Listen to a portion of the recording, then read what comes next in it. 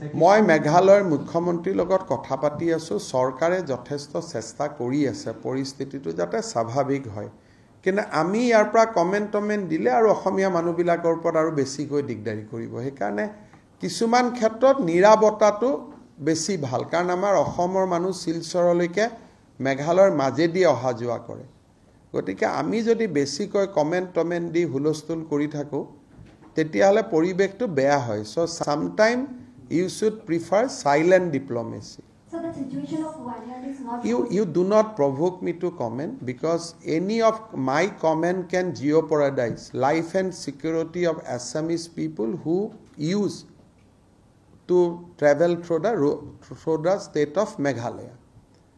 So I have to be cautious. Moi kono samajik সংস্থা নহয় ছাত্ৰ সংস্থা নহয় I am a chief minister of a state. So I should not give comment where there is not necessary and I should give comment when it is necessary. But I am silently working to ease out the situation.